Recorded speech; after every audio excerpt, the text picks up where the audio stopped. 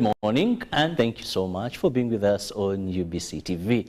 I'm Robert Chirabunyonitono, and welcome to Good Morning Uganda Extra Now. This is an extension of Good Morning Uganda. We are always here every weekday from 6:30, so kindly make it a date with us.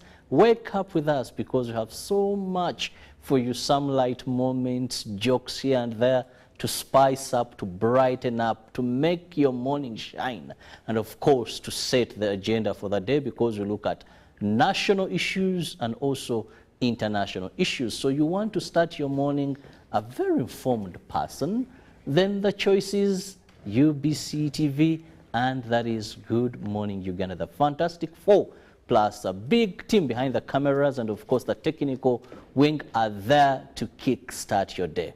Now today we are going to be looking at a range of issues happening in our country, and I'm Robert Chirabunyonitono, that is in case you've just joined, with John Kabagambe, who happens to be a lawyer, an actor. He has written various articles almost in all the dailies we have in Uganda. He's a political analyst. Well, the list is endless. I can say he's a man of all seasons, and he's been at it, very active in every aspect you can talk about. In drama, he's acted in a number of series here in Uganda. When it comes to writing, when it comes to the law, he's also been there. So join me, welcome this unique person that I'm having this morning. Good morning and welcome. Good morning. Thank you so much for such a very generous introduction. Good morning, viewers. Well, to start with, like I said, we won't begin with the hard food. Let's begin with a few things. Well, since we were last here, so much has happened. Recently, I saw, were they the Icon Awards? Definitely. And I found it very interesting. Let's begin at that, the Icon Awards. You're a person in that sector as well. Yes. Before even we dive into the politics and all that. Yeah. You know, when such things happen, what do they mean to this young industry, I must say, here in Uganda? Yeah, that's a very good question. Thank you so much. I have to start by saying that I attended the Icon Awards 2 weeks ago at Kampala Serena Hotel. It was a very colorful, well-organized event. I attended by watching some clips also. Yes, yes. Well, you know, social media takes you to some of these things and you can follow up. Yeah, yeah. It was really wonderful. And big up to the organizers of the events, Mr. Humphrey and his team. The Icon Awards attracted some personalities from beyond Uganda. I think you know famous actors like, from Nigeria, Ramsey Noah is a very famous big name in not only in Nigeria but on the continent. So he was here. I remember the Icon Awards recognized the immense contribution of senior counsel John Katende, the man behind the Ebonies. He received the Lifetime Achievement Awards, and for the first time he actually informed people that he's the one who founded the Ebonies, brought on board Jimmy Katumba, the late Jimmy Katumba, and he never used to get recognition because he used to use a pseudonym, Sembajwe. So each time you'd see produced, written by Sembajwe, yet it was actually senior counsel John Katende. He also informed us that apart from being a lawyer and being involved, multitasking just like me, he was also a lecturer at Faculty of Law, Makerere, and he was way back. He informed us that among his students, notable among them is the retired Prime Minister Amama Mbabazi. He taught Amama Mbabazi. He taught the former Chief Justice, Bat Katurebe. Yeah, so, but apart from that, of course, other people won, like my beautiful, lovely wife, Doreen Mirembe. Her film that I also worked on received so many awards. It was the biggest winner of the night. About 5 awards went to Kafako. There's also another person called Nisha Kalema, very talented. She also won. There's someone called Lukman. Sanyu series received a nod for Best Actor for a character called Oscar, and so many others.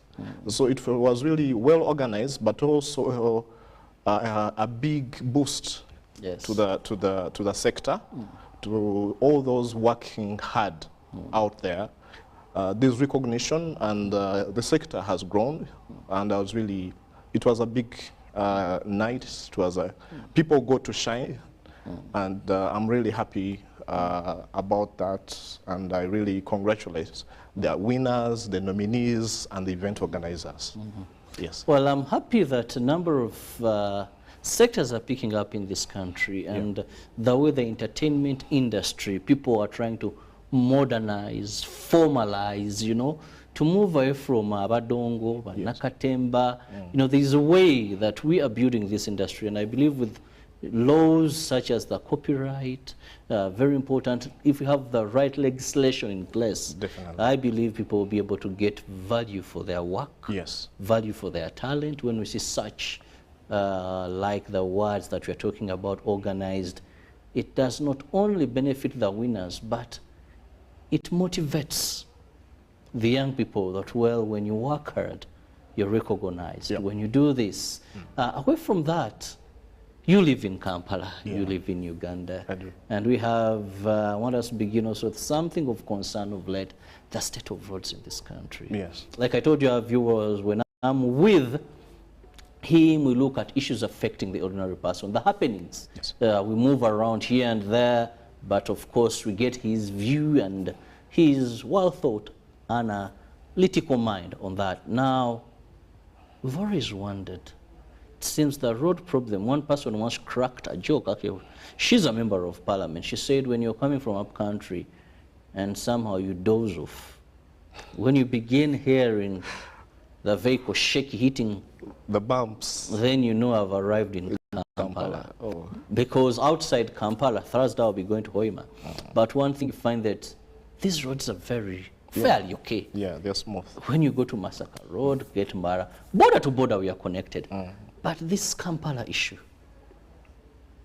it's a problem. I remember before the structure, the administrative structure was put in place, Kampala, you remember we used to have KCC, Kampala City Council, and then the administrative structure I'm talking about is now the authority, KCCA. With the technical brains. Exactly.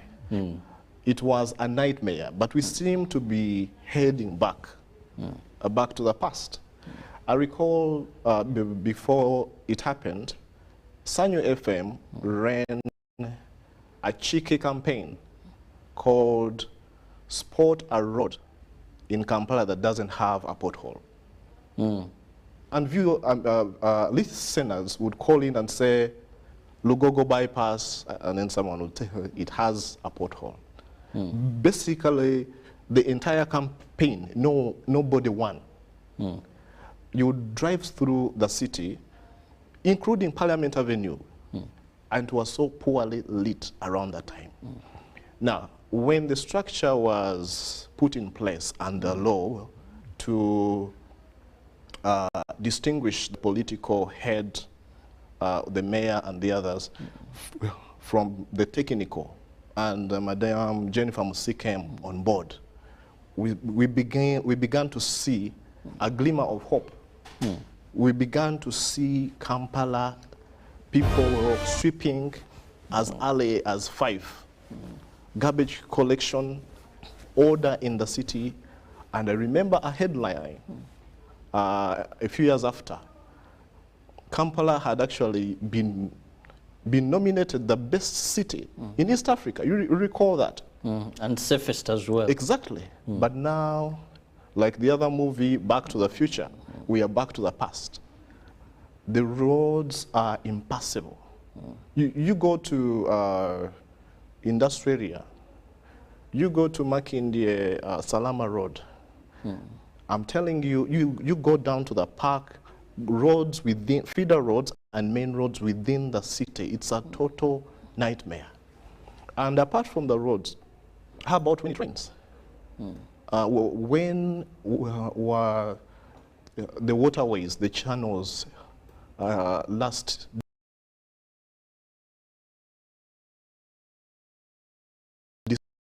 General Muhoozi tweeted about the flooding in Kampala. I think you saw on social media the images of flooding, you know, just because this is a city that is made up of hills. So if the waterways, if the channels are not desilted, what do you expect? And so it's really bad. You dread driving on our roads right now. And yet, at the beginning, at the start of the year, I was reading in one of the dailies, someone at KCCA actually announced that the authority had acquired $1 trillion shillings. And they were going to begin embarking. But this that was on, actually, I think the date for starting was 1st April. Yes. This very month that Yes. we're in, yes. Yeah, but you see, the roads have moved from bad to worse to ugly. Yeah, and what is the concern? The concern here is that KCC has not stopped collecting parking fees, trading licenses, permits for billboards, market levies, and all this. Why did it have to come to get to this? Well, some would say that this money goes to the consolidated fund. It doesn't go directly to KCCA for them to utilize this money. Okay. So that is not a special way. But also, there are concerns. KCCA says what you see is usually temporary, and I want to use the word that they use. Yeah. It is temporary stagnation of water, that after the rain is done, then the roads clear, yet you don't see any effort being done. And they say, one, human activity in the city, where you find that today these water channels, waterways were built on by people. Two, garbage maintenance, that if you look at some of these either swamps or these channels when it rains, you see plastic bottles, poor disposal of garbage creates that stagnation of water. So let's look at these two fronts. One, human activity, where even one time I remember when I was still so much in the field, there was a fire at some market, and according to the Directorate of that is Fire and Rescue Services under Uganda Police, they have a map of what they call water hydrants in the city, that in case there is a fire, you just drive the tank to that point, then you'll be able to collect water. Now, this is what happened. These guys came with their fire trucks and reaching, they knew this was a water hydrant, but now there was an arcade on top. There was even just one outside UBC around there, because one time there was fire at Garden City some years back. So they came, they were sure there was a water hydrant, and they pointed and they tried to locate, but it was constructed on. So when we look at first the construction, one would say it's KCCA. Also, let's look at the fact that they may not be everywhere. Let's first look at public responsibility in averting the situation we have. Have we, are Ugandans concerned? We still have, are we still patriotic that one can say, let me not construct on our water. Let me give water the way. Yes. Okay, you raise important observations about that. I'll tell you, the city dwellers themselves, there's a big amount of responsibility and blame that can be apportioned to them. I was talking about the era of Madame Jennifer Musisi, where rubbish collection points were being installed. Some of them were so smart that even some companies used to advertise on them. You walk around the city, they are no more. They are not there. They are being vandalized or destroyed. Even the names, the plaques for some city roads, people simply damage them, or they steal them or something like. So there's that element of some Ugandans not loving their country and being negligent, irresponsible, downright criminal sometimes. This is wrong. But what do you do? I'll tell you. I've seen the zeal, the dedication that KCCA enforcement uses on the vendors. Oh, yes. You just park somewhere or like, you see them swinging in action as if they're everywhere. You get it? How come we don't see that sort of dedication and zeal when it comes to enforcement of sanitation and other things? You talked about, yes, people dump plastic bottles. How about countries like Rwanda? How do they do it? Enforcement here is lacking. There's selective enforcement. When it comes to vendors, there's a lot of vigilance. When it comes to other aspects of the law, there's a little bit of laxity. It's very easy to trap a rat than trapping an elephant or a lion.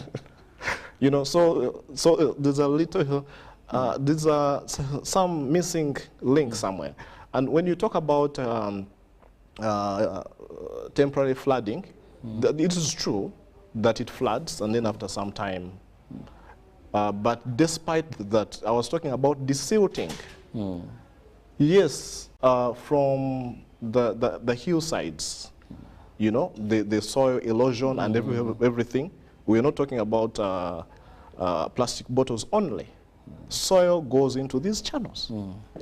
So when they are half full, are they going to be efficient in transporting the runoff water? So why not desilt periodically? Yes, the bottles shouldn't go there. The buveras shouldn't.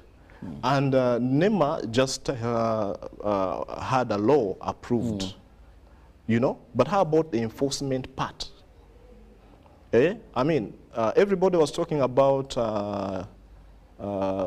plastic bins. I mean, bins in vehicles. That was everywhere. But how about building in the wetlands that the president has been talking about? Where is NEMA enforcement, environmental police? How many city dwellers have actually been arrested for just disposing of plastic bottles or even buveras? I haven't yet really gone so much into the politics of buveras, but why don't we ban buveras? Yes, why don't we? We had investors, they are coming up with a number of justifications as to why we shouldn't ban Kavera. Then it also became technical when we go to 30 microns and below. So there was a lot of technicality. But also I think let's look at the fact of, maybe before you use the word, but let me use it for lack of a better word, selective justice. Yes. You know, I've seen people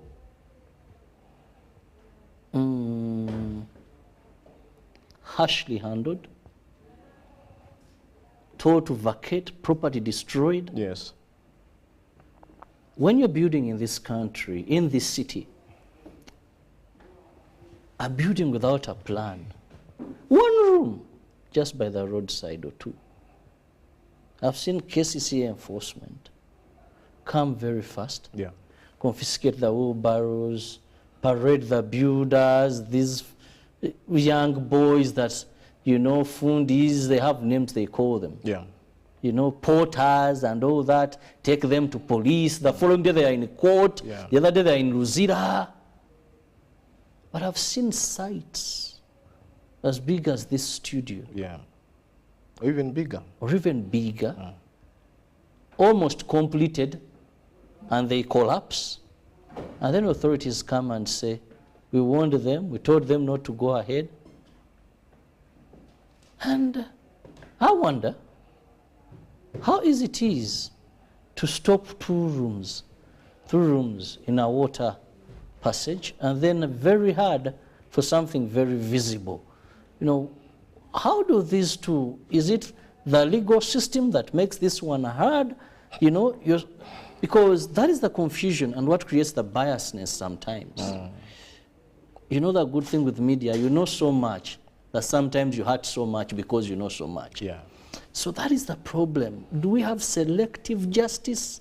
Is it that these ones, the law protects them more than it protects the other? I don't think it's about the law, legal protection. It's about regulation, the regulator.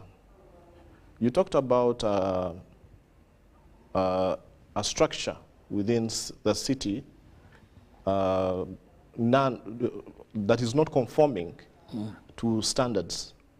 You'll find that structure with an approved plan. Who approves it? I read interviews some time back when some people in the authority were saying within the city we can no longer have new buildings coming up without underground parking. But I'm telling you, from the central, let's say from City Square, you just move less than a kilometer, you'll find buildings mushrooming, coming up 3 floors, 4 floors without that kind of underground parking. And those buildings without approved plans. Who approves? So when you're talking about selective justice, even before we go to court, who are these people who approve these plans?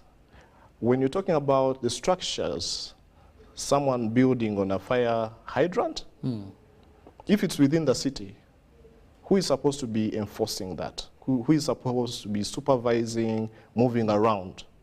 And how do they even get to build from foundation to completion? I mean, we are not talking about Matuga, we are not talking about several kilometers, just almost a stone throw away from the city. So I think there's a little bit of laxity, there's a little bit of anything goes, and also there just might be some people who are not properly doing the job the way they are supposed to be doing it. Yeah. There's also been an issue of less funding. I remember the executive director of KCCA, Madam Dorothy Chisaka, came up and said that to maintain these roads, we may not have so much to ensure that we road them off and build new ones, construct new ones, but to maintain. She said they're not getting enough, that they need to do so. That is why it begins as a small pothole, then vehicles go over it, it widens. Now vehicles begin shunning it and taking either alternative routes or driving away. But recently I saw an incident that was at Katwe. After Muganziraza Chibuye, there's that road that had gone to the dogs. And I am told that one of the recently released members of parliament had said that they were going to protest because of the bad situation. Remember that day even saw these armored vehicles around Chibuye Park, and I noticed, I'm like, what is happening here? Told me, no, that's the one year just released and saying are going to protest. And around 2, I drove through, and the road was being worked on. I don't know if they had to wait for that to happen, or funds were allocated very fast because of how urgent it was. But they always say that they don't have what it takes to maintain these roads. That's why some of them, when you look at the road you've just talked about, when you come from Machindi, the traffic lights, go through it, is it called Kalenda? That road, then you connect to Sarama Road. It's just a small space. That one is horrible. That one is a total nightmare. But you know, I'll ask you something. Even if, granted, they may not have sufficient funds, what you've just mentioned, that they have worked on that portion in Katwe, all they did actually was just remove the dilapidated tarmac slabs. It's now Maram. Because I drove over only this morning. But you see, it's not as bumpy as it was. So if you don't have enough funds, how about either patchwork or removing this destroyed tarmac so that at least it's a smooth Maram road until when funds come. Doesn't cases they have manpower? For instance, from Paka Last Makindye up to Kalenda, up to the junction. Can they just remove that? That road is a nightmare. Yes. You only have to use that road to avoid traffic when, let's say, you're connecting to Entebbe Road or somewhere. But that is otherwise a road to be avoided at all costs. Yes. Yes. So you're dodging one pothole, then you're hitting head-on with another driver. The other potholes that you can't dodge. You have no option. You know, you just have to, and then of course, you know, people are talking about it in this way, that there's a little bit of taxation, high taxation on motor vehicle purchase. And then the cost of fuel, you remember, is just beginning to relax a bit, was actually costing an arm and a leg and I don't know what, some time back. Yeah. Part of it because of taxation. Now, after incurring, you come and drive on nightmarish roads within the city. And the number of vehicles has actually increased over the years. Peak hours are a nightmare, not only for bumpy roads, but traffic. So it's a dreadful experience. You must stay longer after official working hours. Exactly. For you to get home a bit not so tired and fatigued. Of course, not to mention the accidents. Everybody is moving from their lane to avoid potholes, and then they collide, they bash. And then, of course, take minutes sorting out that. The cost of repairs also. Your shock absorbers that would have lasted longer, bushes and everything, you're always in the garage for things like that. So I would say where they don't have sufficient funds, at least they should bring their equipment and manpower to remove, so that it's Maram, but at least it's smooth. Yes. So sometimes I think they're making decisions that are not pro-city dwellers. I'll give an example. This Nalukolongo Reza Road. It's a good road, and it was touted as a road that would ease traffic. And city dwellers were Entebbe Road and other residents were eagerly awaiting. Then after constructing it, after 100 meters, there are humps. The entire road. So you really wonder, I mean, starting from, you know, Nalukolongo, you drive through, you're like, this is a bypass, but after 100 meters, boo, boo, boo, boo, boo, you know, after, then so it's a bit of a problem. Then the other thing you hinted on was the consolidated fund. That yes, they are collecting these levies, parking fees, trading license, everything, and the money goes to the consolidated fund. But it goes back to planning. You have engineers, you have people who are actually monitoring yes, as you're collecting this money and it goes to consolidated funds, why don't you have a work plan that would ensure that there is money to keep maintaining these roads? Yes. Why do you have to wait? Because these people actually... Well, they present their budget and they get budget cuts.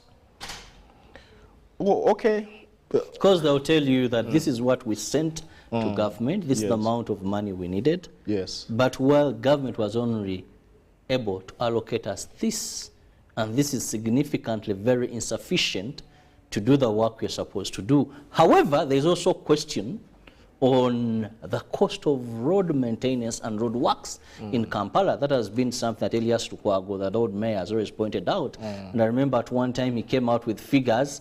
I'm not an expert in that, but he was saying this is far much higher than what we actually need to implement or to do the work. Yeah. That is true. I remember something like that. They have their own disparities. But what we are mostly interested in is service delivery. Yeah, Kampalans do not want to have a driving experience as if you are going through a garden of sweet potatoes. No, they don't want that. And these roads do not just get dilapidated overnight. Your engineers, you yourselves, drive over these roads every day. I mean, if I can see cracks in these roads, and I wonder, just today, only today, from the city square, I used that road that bypasses Central Police Station. And I saw something that doesn't just look like a pothole. These are real cracks. The road has been dug. And then I say, why do we have to wait for this? Because now this is bigger than just repairing a pot. The entire thing instead of doing some refilling here. Yes. You know, Kampala is the central business. It's the capital city. Yes, we have other cities and what. But the policymakers, the authorities really need to step up a little bit. Otherwise, we are in an appalling, situation. Yes. Well, let me go for a short break now. When I return, we'll be going into more politics, and I know there's something that is happening in the country, and as many Ugandans are actively participating in it, we'll be talking a little bit regarding the Iron Sheet saga. Well, we already have a minister behind bars and spent the entire Easter holiday. She'll be coming back to court on the 12th of this very month to listen to her bail application. But still so much is happening in the same area. When I return, we'll be looking at that. Stay with us. Live from UBC Studios in Kampala, this is Good Morning Uganda Extra.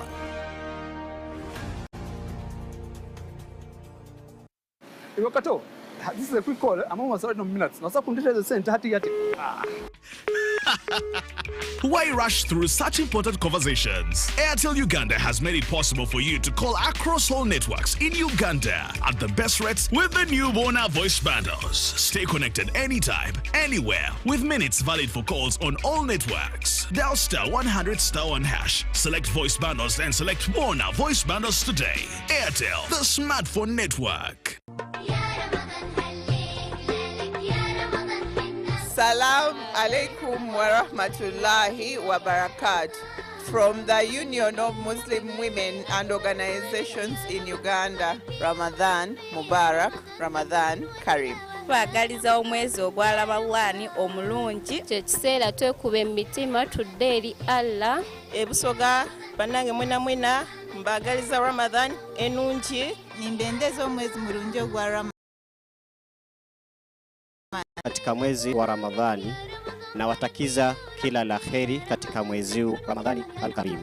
Akonga aisha na shalami kinisiri amunu kierelo oteso kama na rakeda suroti ngora 10 ukedi ya palisa akoro amunu kinorikesi kiere aisibana adiokan.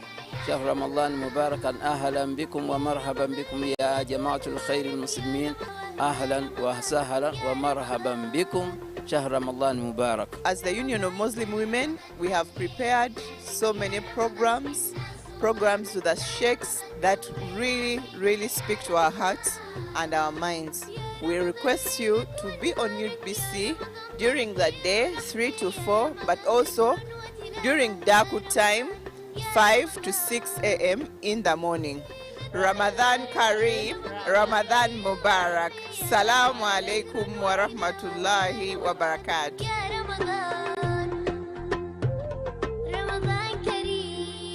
The Tales of Kasozi, brought to you by Uganda Communications Commission. Hello? Hello? This is Kasozi. How can I help you? Hey, Kasozi, my brother. Long time. We last met when we were at campus. It's been a while, but you are the person I'm looking for. Campus? Really? Hey, you don't remember me? Okay, so how can I help you? I'm stuck in Gulu making millions, and I need to urgently send money to my sick mother. But I can't find any mobile money agent near me. I've sent the money to your phone, as you can see the message. It might take a few minutes to come through, but I urgently need you to send the money to my mother. Let me send you her number, and you send it to her chap. My friend, I'm afraid your mom is going to die. What? Because I don't know you, I never went to campus, and I'm also in Gulu. So can we meet at CPS, we talk about it? Stay tuned for what Kasozi does next. Tofera, refrain from unnecessary engagement with strangers over the phone. This message is powered by the Uganda Communications Commission.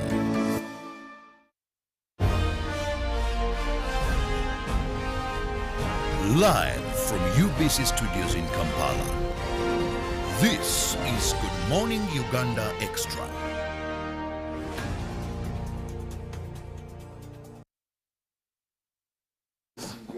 Welcome back from that short break, and thank you for being with us. We are still discussing issues that are current and, of course, dominating headlines, both the print and that is the electronic bit of it. I'm with John Kabagambe, who happens to be a lawyer, but also a political analyst, a writer in various dailies, and also so much in the world that is of entertainment.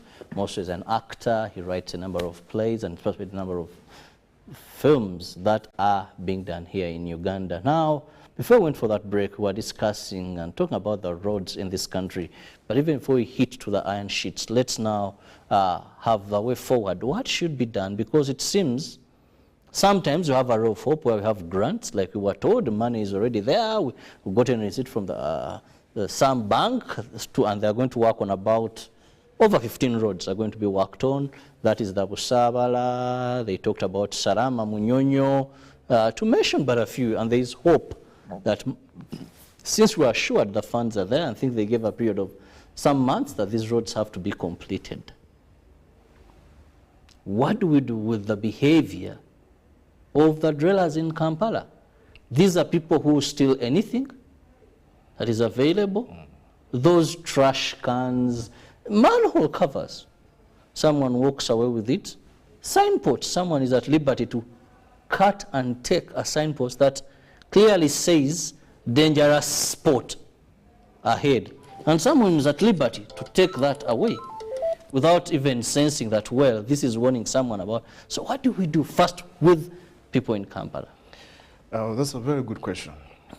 First of all, monitoring that kind of vandalism, that kind of regrettable behavior. We've got cameras. It's not like in the past when we never used to have cameras. We have cameras. So I think KCCA, NEMA, for instance, about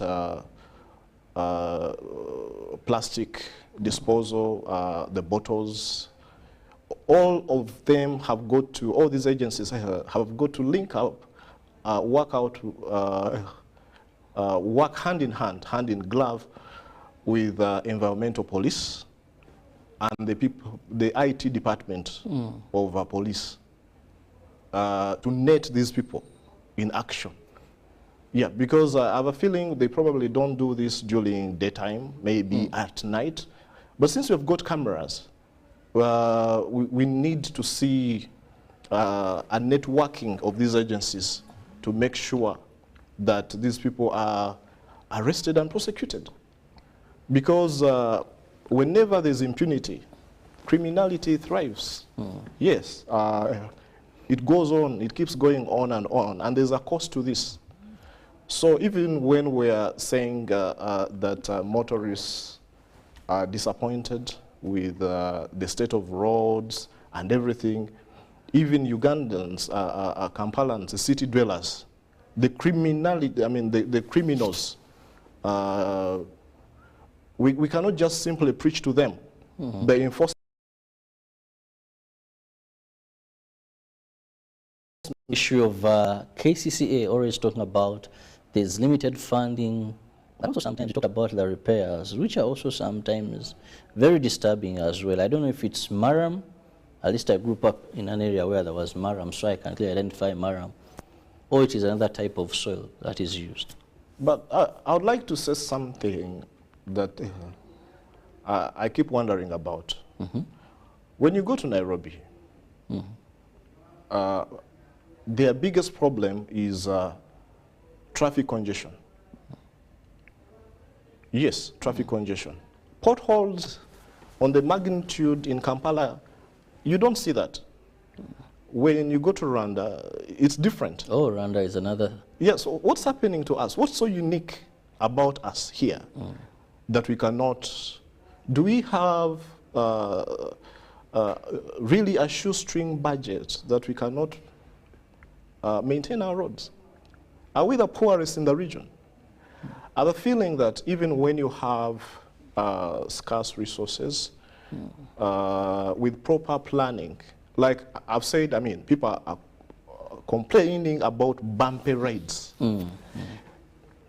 If you moved on that road and you see that they have removed those slabs, they are not potholes, it's a smooth marron. You may not complain that much, but if you are moving the entire experience is really horrible for you, what do you expect? I mean, people are going to bash the service, the poor service delivery. So I have a feeling that a country like Rwanda may not have such a huge resource envelope. Maybe we need to benchmark. Maybe our teams here have got to, like, I mean, I'm not just talking about roads. There have been reports that the president of Kenya is in Rwanda to benchmark on their VAT system that even other leaders have gone to find out how they do it because it's more efficient. Maybe we need to benchmark and find out how come like other countries build roads that last. How do they maintain plastic disposal and you know, the drainage and everything? We need to invest a lot more in that. Otherwise, it's a problem, and we cannot just hide away from it's not enough. Yet people are seeing you collecting. Yes. Well, time is flying, but we can't end without looking at the Iron Sheet saga. Now, here we have Honorable Minister, also former Member of Parliament, and the brother in Luzila. Of course, as they await for their bail application, that is on the 12th, not very far. And of course, there have been a number of claims. I've seen one religious leader in Bale who came up and talked about selective justice, then later said the president should be considerate and have mercy over the minister. Have seen voices of saying, well, but the office of the IG said that, well, it is a piecemeal investigation. Even others may come along the way. Some say we've had ministers. It's not new, even once had a vice president who was there, but how it ended, many wonder. It's now at the comfort. We've had ministers being taken there. Some are now again in positions. So, like, maybe this may also be like the many stories once upon a time.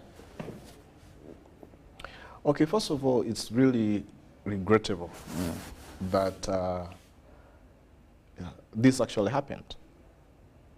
I remember when we were little, I used to hear people say, is really Karamoja, is Karamoja part of Uganda? Yeah, yeah. It's, everybody knows it's the remotest part of Uganda. Yeah. Yet we actually prospect for minerals from that area. The president last year talked about the fact, actually almost announced the arrival of Uganda to middle income status. Yet Karamoja is actually lags behind. So for people to have been part of the decision in cabinet to say, let the Karamoja, let's uplift their living standards. Let them not so much be in Manyatta's grass-thatched dwellings. Let's give them iron sheets. And these are not paupers. These are people with privileges. They, well, almost everybody wants to be appointed a minister. So why steal from the poorest of the poor? You know, if it was a civil servant, I'm not making an excuse for theft by civil servants, but a honorable minister. I mean, this is like beyond ridiculous, beyond absurd. Actually, for me, one that sent me almost fainting is when iron sheets meant for vulnerable people were found constructing shelters for animals. Yes. Even if they were to be stolen. Yes. These are going to vulnerable people. How do you then on earth, however, whichever method you received them through, there's no justification for them to be on top of a shelter for your cows, for your pigs. It's like equating them to vulnerable people. Someone is suffering. These are sheets made to help them. Yes. I would get an excuse, I would buy an excuse for someone who says, I gave them to vulnerable people. And if evidence can prove that they were vulnerable in your constituency, though you would have diverted them, not for Karamoja, but I would kind of try to understand. Yeah, that would be different. But then put on top of a shelter for your cows or pigs or goats. Definitely. Then I mean that was... It's really terrible. However, now that you asked me about this, I know the State House Anti-Corruption Unit, headed by Brigadier General Isoke and his team, the IGG, the CID are investigating this. And my hope, as indeed the hope of so many other people out there, is that the law should take its course. Yes, whoever is involved in this, corruptly diverting, giving, corruptly receiving, should be punished. Yes, I mean, we're talking about scarcity of resources. We've just been talking about dilapidated roads. Yes, the national cake is budgeted, is sliced, and you will say a portion should go to Karamoja. And the people who sit in cabinet, like I said, are not paupers. They are privileged people.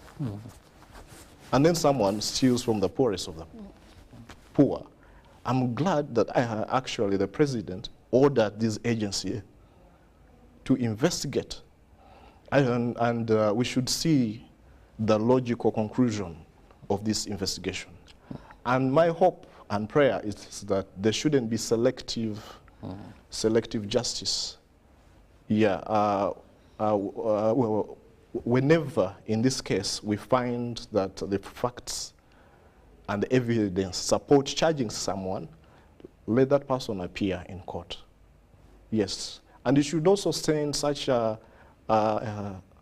clear signal to everybody out there, because unless if this is done, people will think that they are untouchables. You know, a civil servant will feel like maybe I can also get away with it. We are losing trillions of money to graft, to greed, to corruption. And this has become like a cancer. I mean, a humorist or a comedian cracked a joke some time back, Anna Kansime, said the only thing in Uganda that you can get without corruption is pregnancy. I mean, is that the kind of country we want? I mean, people laughed. They thought these are just comedy skits, but that's a very important message. Then, John, there's also something that over time I've noticed, and it baffles me that today we are not ashamed of the people that do abnormal things, but we want to be closer to them. I want to take you back to the lane of history. I witnessed one of the top religious leaders of one of the faith in this country. When we had a former vice president charged, I witnessed members who claimed they were from the Uganda Forum yearning to seek attention with His Excellency and tell him, pardon our very own. I've told you, the bishop of some diocese yesterday, and I think Honorable Lydia Wanyoto was in that congregation, said, please, go tell His Excellency to forgive, to have mercy over this person.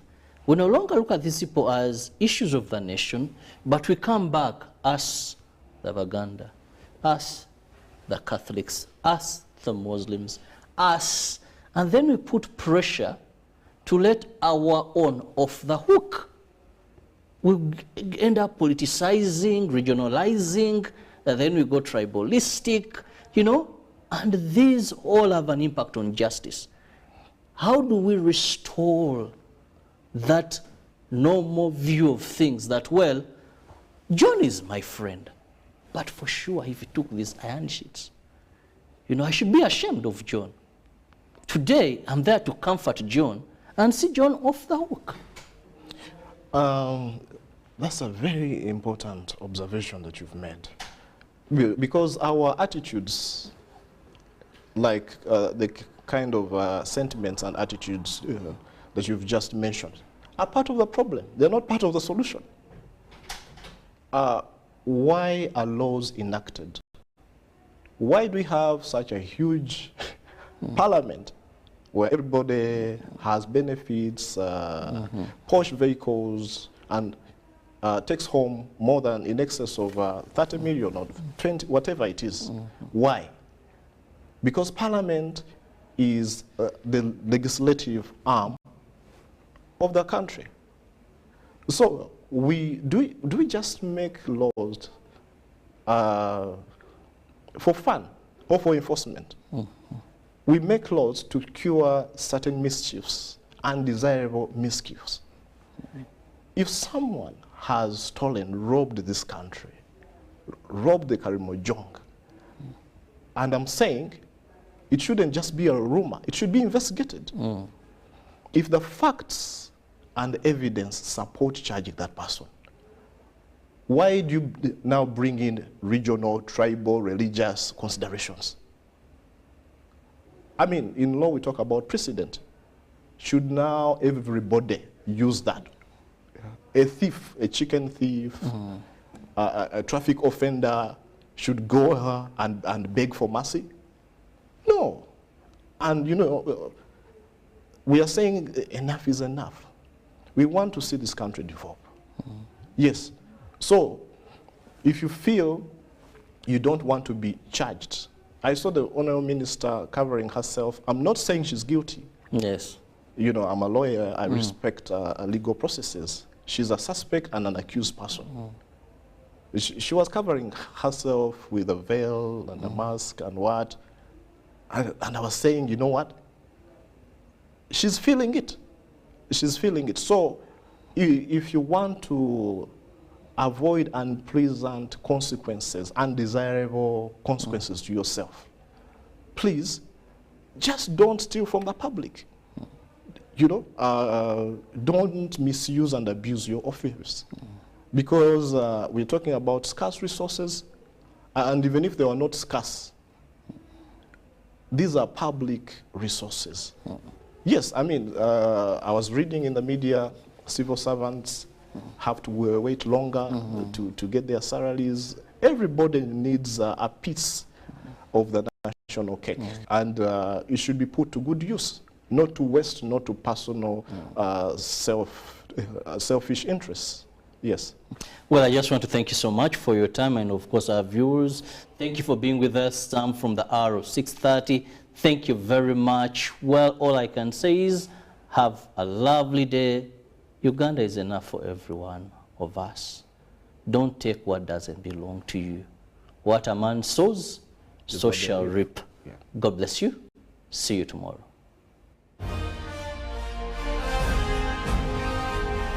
Live from UBC Studios in Kampala, this is Good Morning Uganda Extra.